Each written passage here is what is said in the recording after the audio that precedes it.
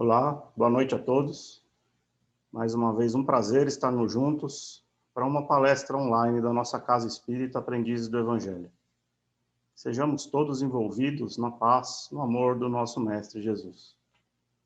Esta é a nossa 33ª palestra desse ano de 2020, um ano em que tivemos que nos adaptar às realidades impostas pela pandemia do Covid-19, tivemos que migrar as nossas palestras para as plataformas digitais, estrear o nosso canal no YouTube, e dessa forma estamos chegando ao final deste ano, com a nossa última palestra do ano de 2020.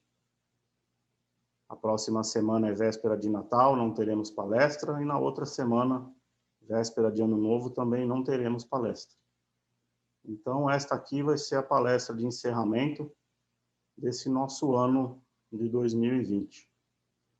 Agradecemos a todos que colaboraram para a realização dessas palestras, os nossos queridos palestrantes, a diretoria da casa, a todos que contribuíram de alguma maneira para que as palavras, os ensinamentos pudessem ter chegado até nós. Agradecemos também a todos que colaboraram para a elaboração das cestas de Natal, para a elaboração das sacolinhas que foram distribuídas para as crianças. Este ano foi reduzido o número de sacolinhas, pelas condições de entrega, mas com certeza as famílias serão assistidas, foram gratificadas aí com os presentes de Natal para as crianças que são atendidas pela nossa casa, e no próximo final de semana serão distribuídas as cestas para as famílias assistidas. A todos que colaboraram, o nosso muito obrigado de coração. E como não poderia deixar de ser o tema da palestra de hoje, é o Natal, O Natal que vem sempre nos trazendo um momento de reflexão, de estudo, para que a gente possa, junto dos nossos familiares, estar sempre refletindo nessa época sobre o grande aniversariante do dia, nosso Mestre Maior, Jesus.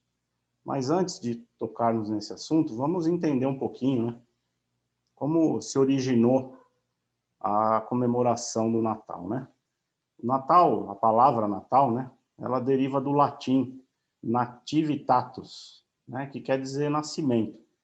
Então, tudo que é relativo à palavra Natal significa nascimento. Por isso que a gente fala a terra natal da pessoa, a cidade natal da pessoa, que é referente à origem daquela pessoa, de onde ela vem, onde ela nasceu. Então, essa é a origem da palavra Natal. Historicamente, existem relatos históricos de comemoração de Natal há mais de 7.000 anos antes de Cristo.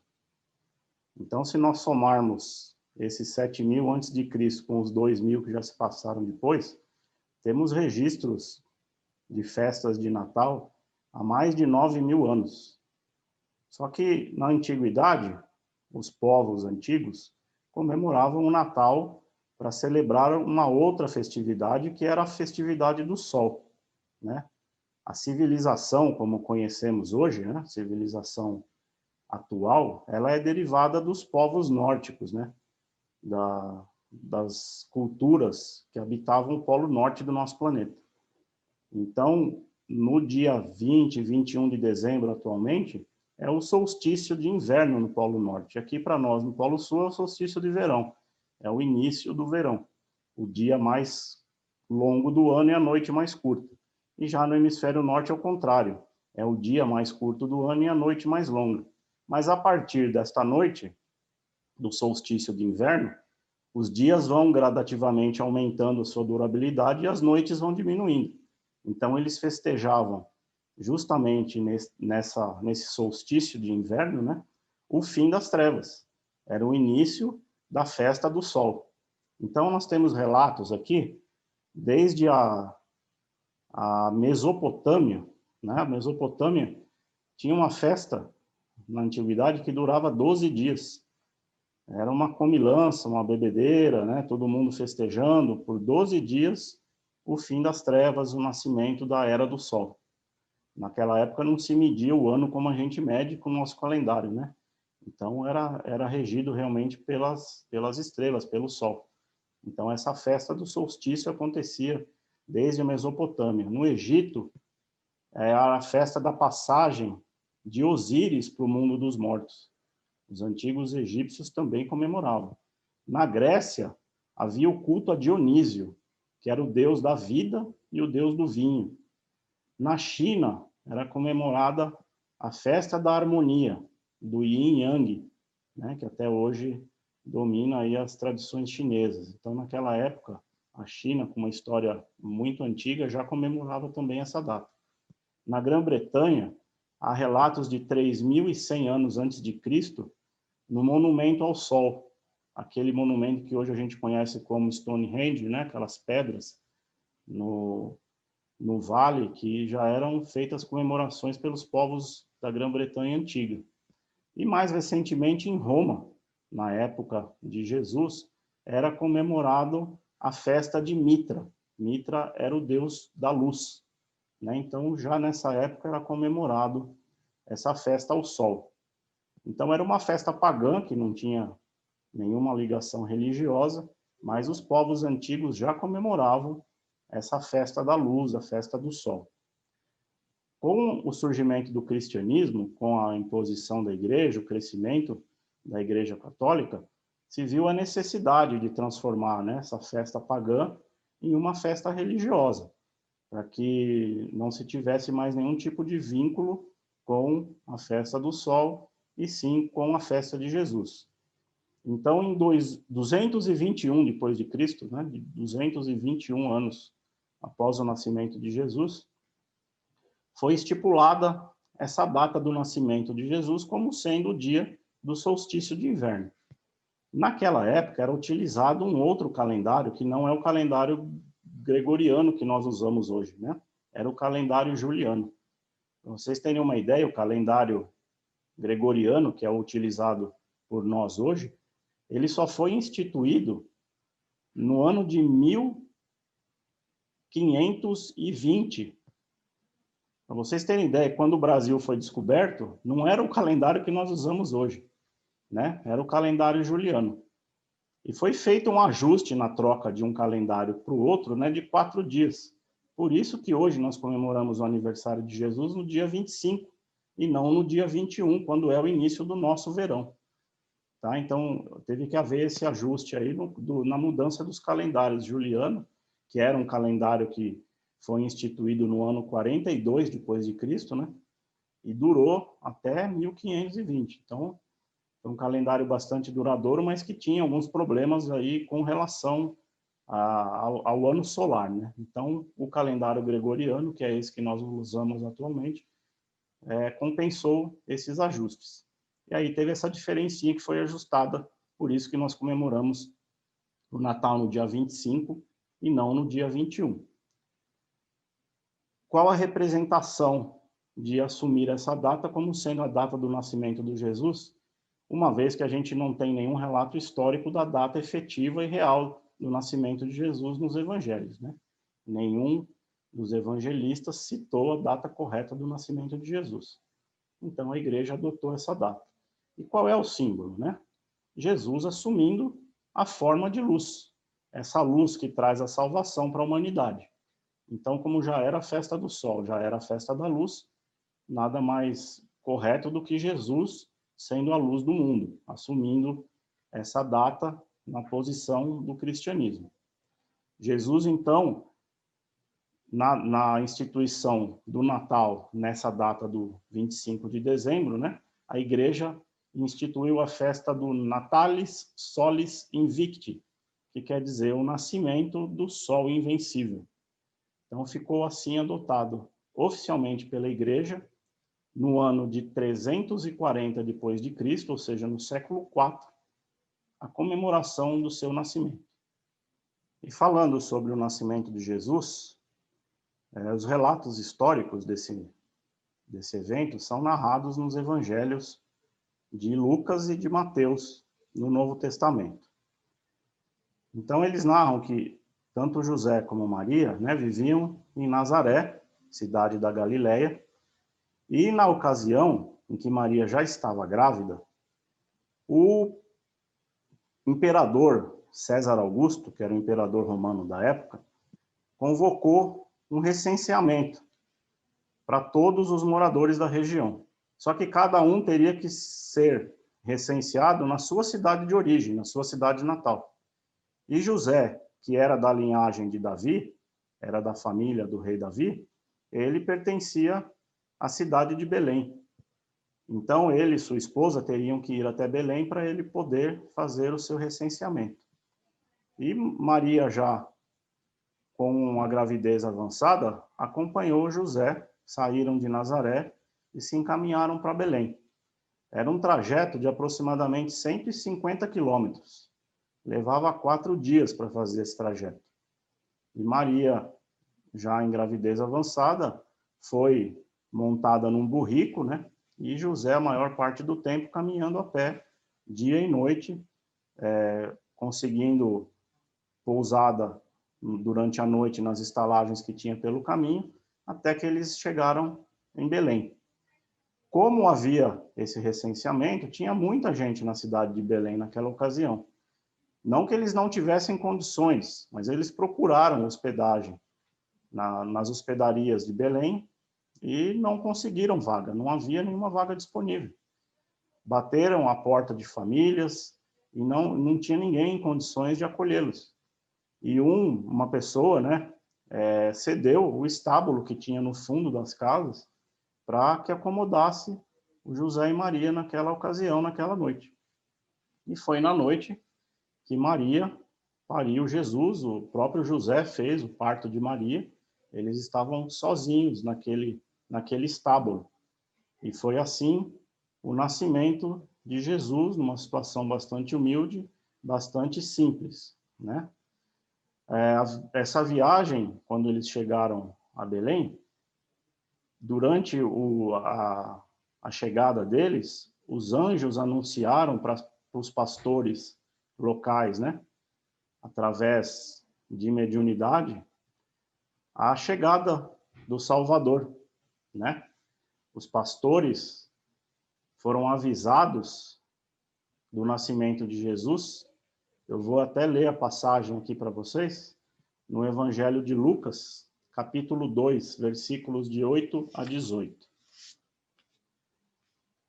Ora, havia naquela mesma comarca pastores que estavam no campo e guardavam o seu rebanho durante as vigílias da noite. Eis que o anjo do Senhor veio sobre eles, e a glória do Senhor os cercou de resplendor, e tiveram grande temor. E o anjo lhes disse: Não temais, porque eis aqui vos trago boas novas de grande alegria, que será dada para todo o povo. Pois na cidade de Davi vos nasceu hoje o Salvador, que é o Cristo o Senhor. E isto vos será por sinal: achareis o menino envolto em panos e deitado numa manjedoura.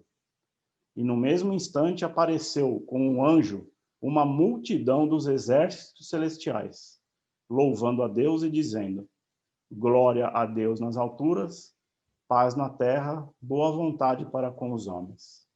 E aconteceu que, ausentando-se deles, os anjos para o céu, disseram os pastores uns aos outros: Vamos, pois, até Belém e vejamos isso que aconteceu e que o Senhor nos fez saber. E foram apressadamente, e acharam a Maria, José e o menino deitado na manjedoura. E vendo-o, divulgaram a palavra que lhes fora dita acerca do menino. E todos os que a ouviram se maravilharam do que os pastores lhes disseram. Para os estudos espíritas, né? Isso aqui é uma prova de vidência, de materialização, porque a gente viu aqui, né?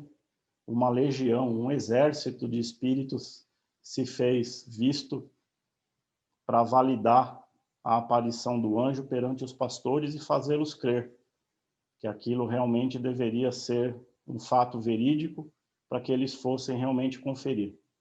É um exemplo muito bom de fenômeno mediúnico, né? Narrado no Evangelho, no Novo Testamento. O que a gente tira de lição desse episódio do nascimento de Jesus, né? A humildade, a simplicidade com que Jesus veio ao mundo, né? O povo judeu naquela época, através do Antigo Testamento, dos textos dos profetas, já esperava pelo Messias, pelo Salvador, que iria libertá-los, né? Só que os judeus esperavam, na verdade, que esse Messias viesse na forma de um rei, de um poderoso rei, de um grande guerreiro, né? E, na verdade,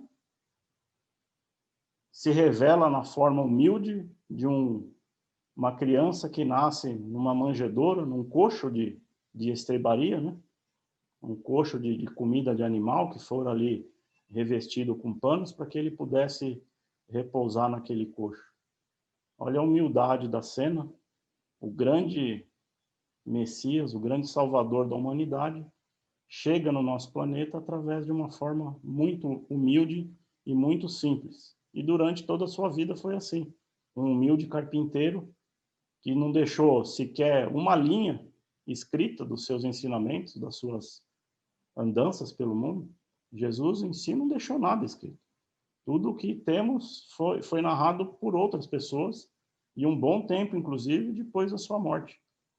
Então, olha a profundidade das lições que este homem que esteve aqui há mais de 2000 anos nos deixou, né? Jesus se colocou sempre como filho do Pai. Um Pai que era o Criador, que o havia colocado aqui nesse mundo para a redenção dos homens. Jesus era um rei, mas não desse mundo. Ele mesmo nos disse isso. Então, um homem tão poderoso, tão significativo para toda a humanidade, que conseguiu dividir o tempo, a forma como nós contamos o tempo, em antes dele e depois dele, dada a sua grandiosidade e sua importância. Então, o que a história nos traz, né? Primeiro tivemos os mandamentos revelados a Moisés, num momento em que o povo se encontrava muito perdido, desorientado. Deus veio através de Moisés e deu os primeiros mandamentos, para que as primeiras leis morais fossem entregues para a humanidade. Depois, no segundo momento, veio Jesus, a segunda revelação da lei de Deus, que nos mostrou que aquele Deus que se acreditava vingativo, soberano, que era necessário você oferecer, né, uma oferenda, uma vida, um sacrifício, para que você obtivesse alguma coisa em troca. Jesus veio e nos mostrou que Deus era completamente amoroso. Um Deus Pai, um Deus que abraça, um Deus que quer o progresso dos seus filhos e ama incondicionalmente a todos os seus filhos. E a terceira revelação foi a doutrina espírita, que trouxe para nós a justiça infalível de Deus, através da lei da reencarnação. Se podemos voltar numa nova existência para espiar provas que deixamos em aberto em outras existências, para que possamos, de certa forma, ajustar algumas dívidas que deixamos com outros irmãos, essa é a lei da justiça de Deus, que a doutrina espírita nos revelou, nos trouxe, muito tempo depois de Jesus. Através da lei da reencarnação, foi provado e contemplado para todos nós que temos o dever de cumprir com as nossas missões, que temos a obrigação de agradecer a esse Deus pela oportunidade de estarmos vivos. Porque se estamos aqui, neste momento, é porque estamos em progresso. É porque temos algo a aprender e a evoluir. E aprendendo e evoluindo, vamos ajustando nossas condutas. É um ajuste contínuo da conduta. Um pouco nesta, um pouco na próxima encarnação, sem adquirirmos novas dívidas, né? Mas sim redimindo dívidas anteriores. A lei do plantar e colher, somos responsáveis por tudo aquilo que plantamos, porque certamente é o que vamos colher. Essa foi a terceira revelação que o Espiritismo nos deu.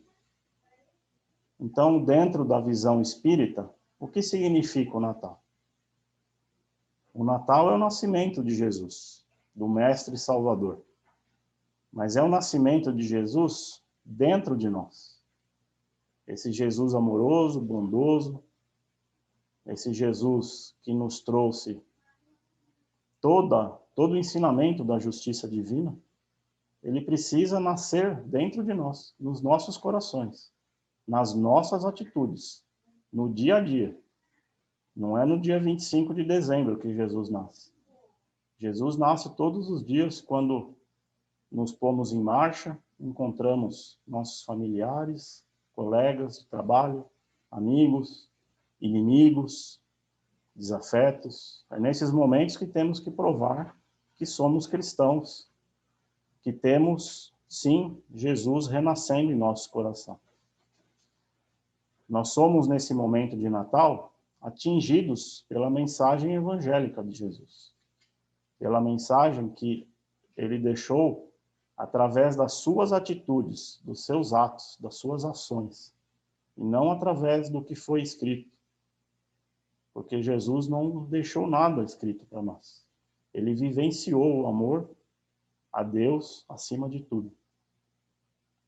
Seus exemplos morais foram maiores do que qualquer outro exemplo que ele poderia ter escrito, deixado em algum livro para nós. O livro foi escrito por outros, que contaram para nós tudo o que ele realizou enquanto esteve aqui.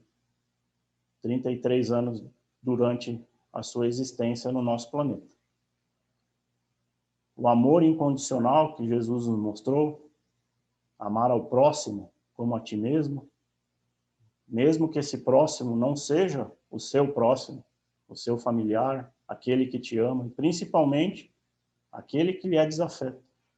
Amar incondicionalmente, ou seja, sem que a gente estabeleça nem limites e nem condições, nem trocas, nem favores, nenhum tipo de condição para que esse amor aconteça. Temos que exercer esse amor, e aí a doutrina espírita entra muito forte nos ensinando isso, através da caridade. A melhor forma de exercermos o amor que Jesus nos ensinou é através da caridade. A caridade de eu dar o que me sobrou para aquele pedinte no farol é válida, mas não era dessa caridade que Jesus falava. É da caridade de nos entregarmos, de doarmos aquilo que nós temos de melhor.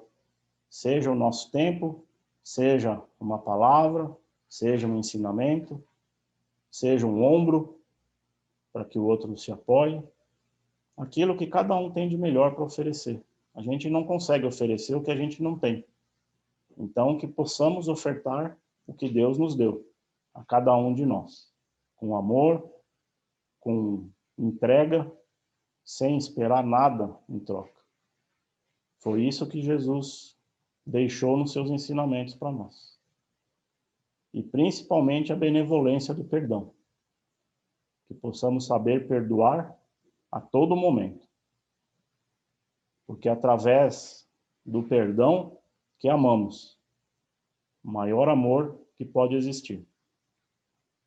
Ainda que seja praticado somente na noite de Natal, entre os seus familiares, A pessoa que não conseguiu fazer isso durante todo o ano, mas que pelo menos foi tocada por essa sensibilidade na noite de Natal, que ela consiga, nesse dia, nessa noite, nesse momento, agir como Jesus agiu. Que possa nascer todos os dias nos corações dos cristãos, mas ainda que seja somente nessa noite, melhor do que nada, com certeza. E será que só por sermos espíritas devemos ignorar os símbolos de Natal? Nós aprendemos que o espiritismo é a fé raciocinada, né? Uma grande luz que o espiritismo nos trouxe é essa. Nenhum dogma, nenhuma imposição, mas sim a fé raciocinada.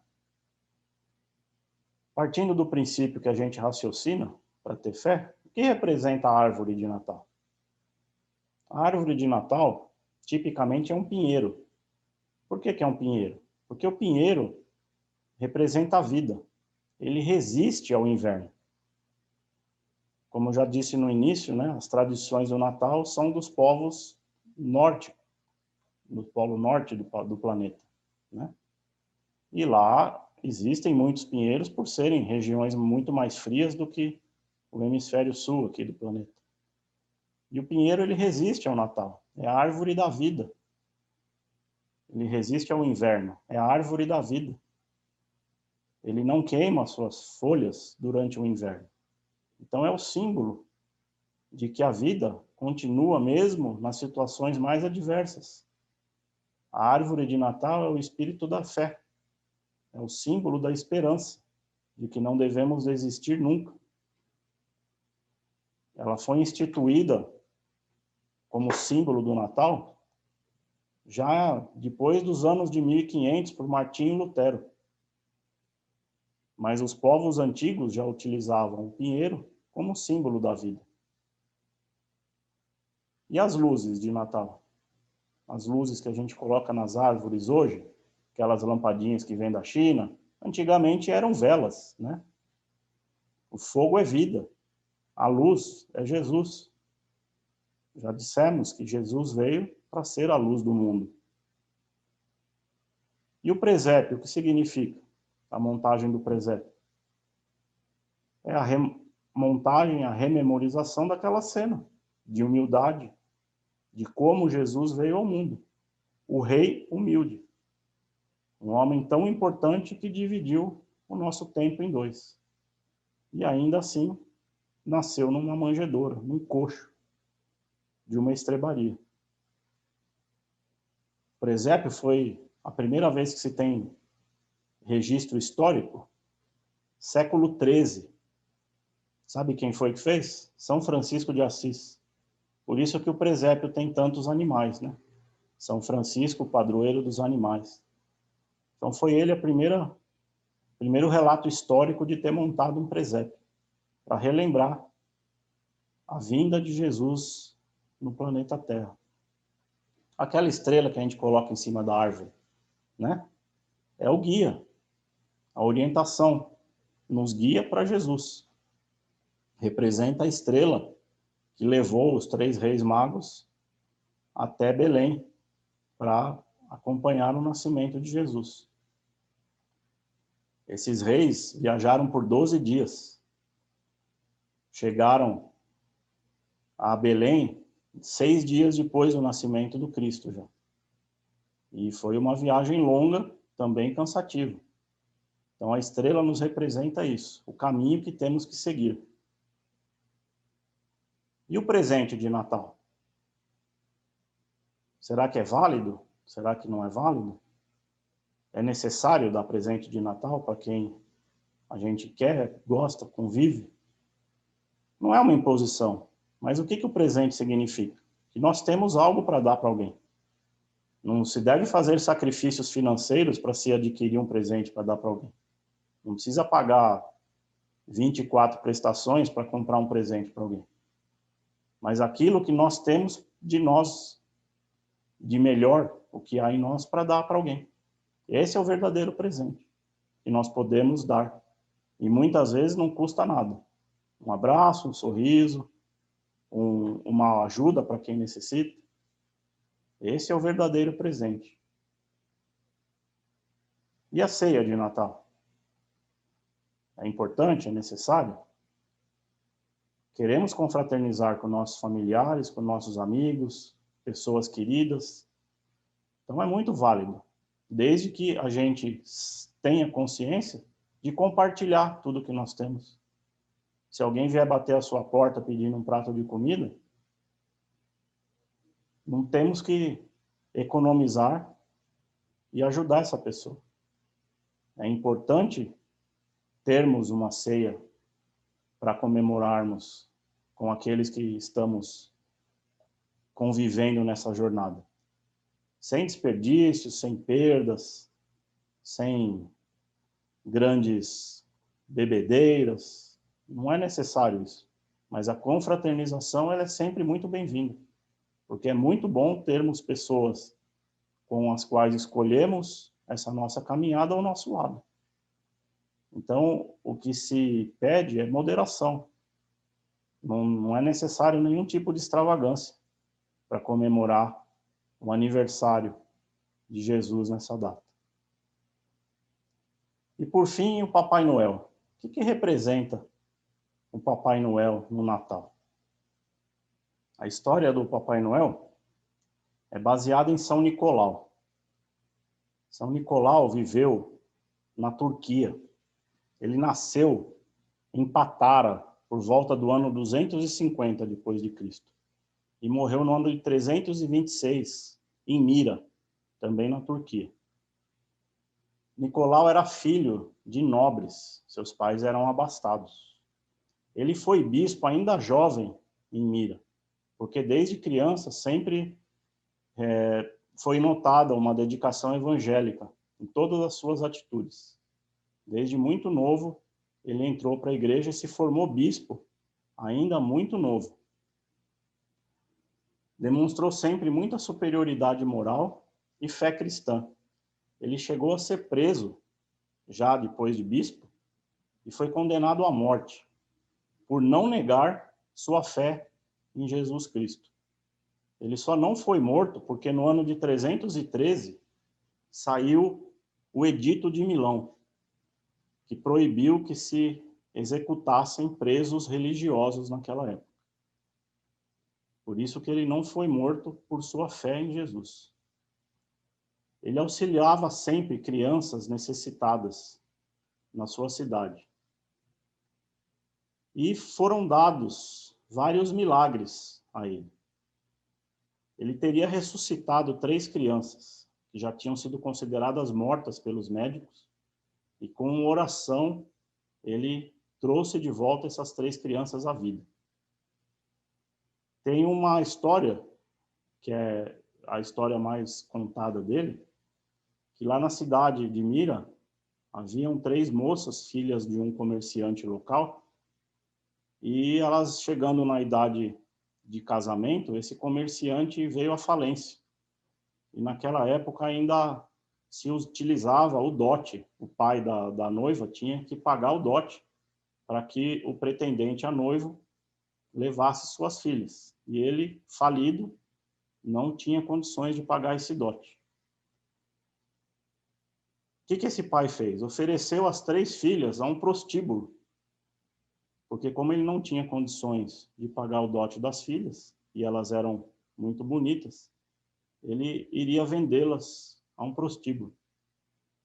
O Nicolau, sabendo disso, ele juntou moedas de prata e de ouro, colocou essas moedas num saquinho, e durante uma noite, quando já era a vez da filha mais velha ser levada para esse prostíbulo, ele teria jogado essas moedas, essa sacolinha com as moedas, pela lareira da casa dessas meninas. E o pai, vendo aquelas moedas, utilizou o dinheiro como dote da filha mais velha. Algum tempo depois, ele repetiu a mesma coisa para a filha do meio, doando moedas de ouro e prata para aquela filha, e o pai, então, conseguiu um pretendente para as filhas e o dinheiro do dote do enxoval. E o mesmo aconteceu a terceira vez para a filha mais nova. Só que quando ele foi fazer isso para a terceira filha, o pai ficou de bituca para ver quem é que estava fazendo isso e descobriu que era o Nicolau que estava fazendo isso. Então toda aquela população ficou ciente de que ele tinha feito essa boa ação por aquela família, livrando então essas 3 moças da prostituição naquela ocasião e acabaram podendo as 3 se casar. Desde muito novo, o Nicolau teve sempre essas atitudes de benevolência e as boas ações para todos na cidade de Mira, onde ele morava. Depois da sua morte, ele foi canonizado muito rapidamente, já no século V. Né? No ano de 400, por volta de 430 ele foi canonizado já, considerado santo pela igreja. Porque os testemunhos de fé do povo e os testemunhos dos milagres que ele praticou foram muitos naquela época. O seu dia, né, o dia de São Nicolau, é comemorado no dia 6 de dezembro, o dia da sua morte. São Nicolau, nos povos do norte, ele é muito reverenciado. Para ter uma ideia, da mesma maneira que Nossa Senhora Aparecida é padroeira do Brasil, São Nicolau é padroeiro da Rússia, da Noruega e da Grécia. Então, a crença das crianças no Papai Noel daquela época foram devidas aos feitos que São Nicolau fez enquanto esteve aqui vivo. Esquece esse Papai Noel de barba, de roupa vermelha, isso é invencionismo comercial dos Estados Unidos já neste século passado, aí, anos de 1930. Foi uma campanha comercial da Coca-Cola que deixou o Papai Noel vermelho. Né? O Papai Noel não tinha essas roupas assim. Ele era realmente os retratos que havia de São Nicolau daquela época. Então, mais uma vez, né, o Espiritismo é a fé raciocinada. A gente sabe que as crianças na idade até 7, 8 anos, né, possuem, muitas delas, mediunidade de vidência. Né? Então, por que nós não podemos acreditar, de fato, que as crianças veem Papai Noel? Por que nós não podemos acreditar que São Nicolau vem visitar as crianças na noite de Natal? Pela mediunidade, é possível que um espírito possa percorrer o mundo inteiro em 24 horas, né? Nas 24 horas do Natal. Então, se nós formos pensar através da doutrina espírita, Papai Noel pode existir em espírito. São Nicolau em espírito pode sim ainda ser o Papai Noel. Ele representa o verdadeiro espírito do Natal. E aí eu pergunto para você, você acredita em Papai Noel? Eu acredito. E é por isso que acho que há quase uma década eu já represento essa figura do Papai Noel nas entregas das sacolinhas e das cestas da nossa casa espírita, representando essa figura icônica para as crianças de uma pessoa bondosa, de uma pessoa que está lá para dar um presente, um abraço para uma criança. E só quem já sentiu o abraço de uma criança que gosta do Papai Noel pode dizer como isso é bom. Então, eu digo do fundo do meu coração para vocês, não destruam a ilusão dessas crianças. Deixem que elas acreditem no Papai Noel como essa pessoa boa que sempre ajudou as outras crianças, as outras famílias, a ter um Natal melhor, a ter um Natal de paz, com o nascimento de Jesus nos nossos corações, nos nossos lares, nas nossas famílias. Vamos ter uma ótima noite de Natal, todos nós, comemorando o aniversário de Jesus. Quando a gente vai no aniversário de alguma pessoa que a gente gosta, a gente quer dar o melhor presente para essa pessoa. Então, vamos dar o nosso melhor para Jesus, o aniversariante desse dia 25 de dezembro. Que a gente possa entregar o melhor presente que ele merece, que está dentro de nós. Então eu desejo a todos vocês, família, aprendizes do Evangelho, um ótimo Natal. Que Jesus esteja presente nos lares de cada um de vocês. Que possamos todos juntos estarmos reunidos novamente no ano que vem, por enquanto nas palestras online, mas se tudo der certo, muito em breve poderemos nos reunir novamente presencialmente lá na nossa casa espírita, no nosso salão de orações, de palestras. Que essa pandemia nos traga boas lições, bons aprendizados, que possamos sempre tirar algo de positivo mesmo nos momentos mais difíceis. O pinheiro de Natal representa a resistência, né? Então, que sejamos todos resistentes e resilientes nesse momento. Que Deus nos abençoe a todos, ilumine nossos lares, estejamos novamente juntos muito em breve. Um ótimo Natal para todos vocês. Ho, ho, ho, ho!